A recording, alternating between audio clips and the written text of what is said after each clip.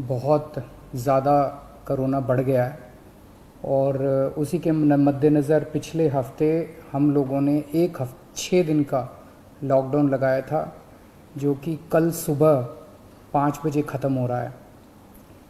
जिस तरह से तेज़ी से केसेस बढ़ रहे हैं दिल्ली के अंदर, उसको देखते हुए ये लॉकडाउन लगाना बहुत ज़रूरी हो गया था। ये एक तरह से आखिरी हथियार है कोरोना के से डील करने के लिए, लेकिन जिस तरह से केसेस बढ़ रहे थे, ये आखिरी हथियार इस्तेमाल करना ज़रूरी हो गया था। लेकिन अभी भी कोरोना का कहर जारी है और कोरोना कम नहीं हो रहा।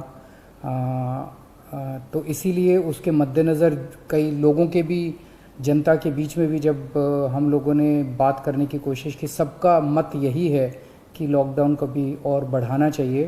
तो लॉकडाउन को दिल्ली के अंदर 1 हफ्ते के लिए और बढ़ाया जा रहा है, अगले सोमवार को सुबह 5 बजे तक के लिए। इस दौरान हमने देखा, लॉकडाउन के दौरान की संक्रमण दर, पॉजिटिविटी रेट जिसको कहते हैं, ये लगभग 36-37% तक पहुंच गई।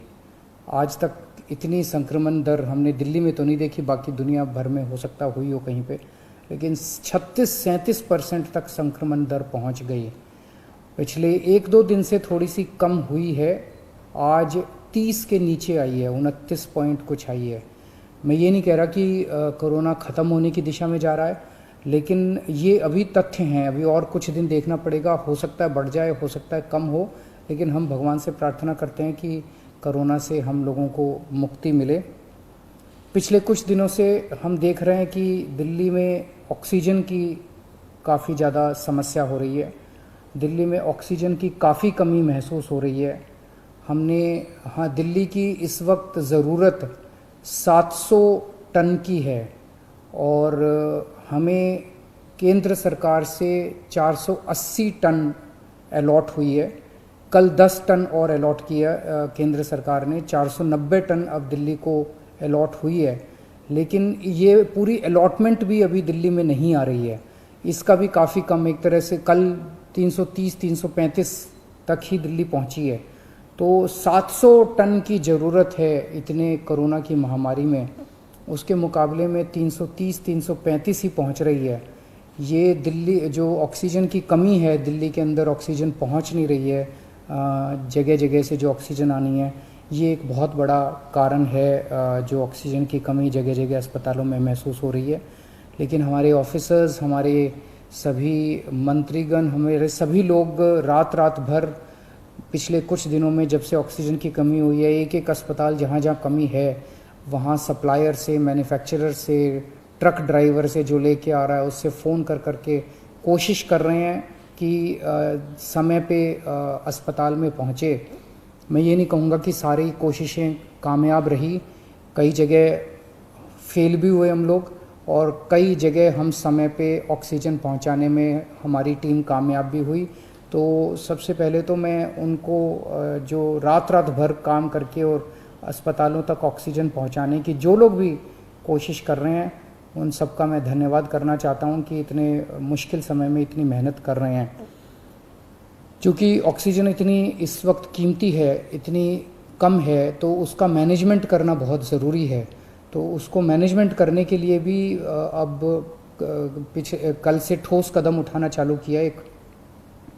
हमने एक वो पोर्टल टाइप बनाया है और ऑर्डर जारी कर दिए गए हैं, जिसमें हर 2-2 घंटे में मैन्युफैक्चरर से लेके और अस्पताल तक, एंड यूज़र तक, हर एक को 2-2 घंटे के अंदर अपनी ऑक्सीजन की पोजीशन बतानी पड़ेगी।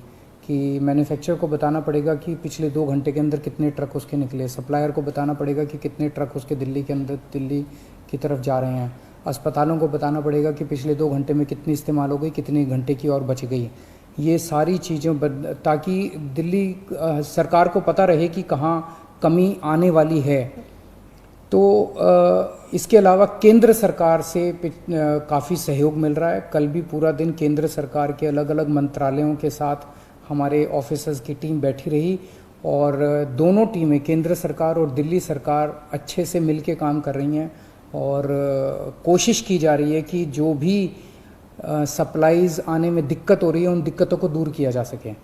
और मैं समझता हूँ कि आने वाले कुछ दिनों के अंदर ये बहुत ज़्यादा अफरा तफरी का जो आलम है ये ठीक हो जाना चाहिए।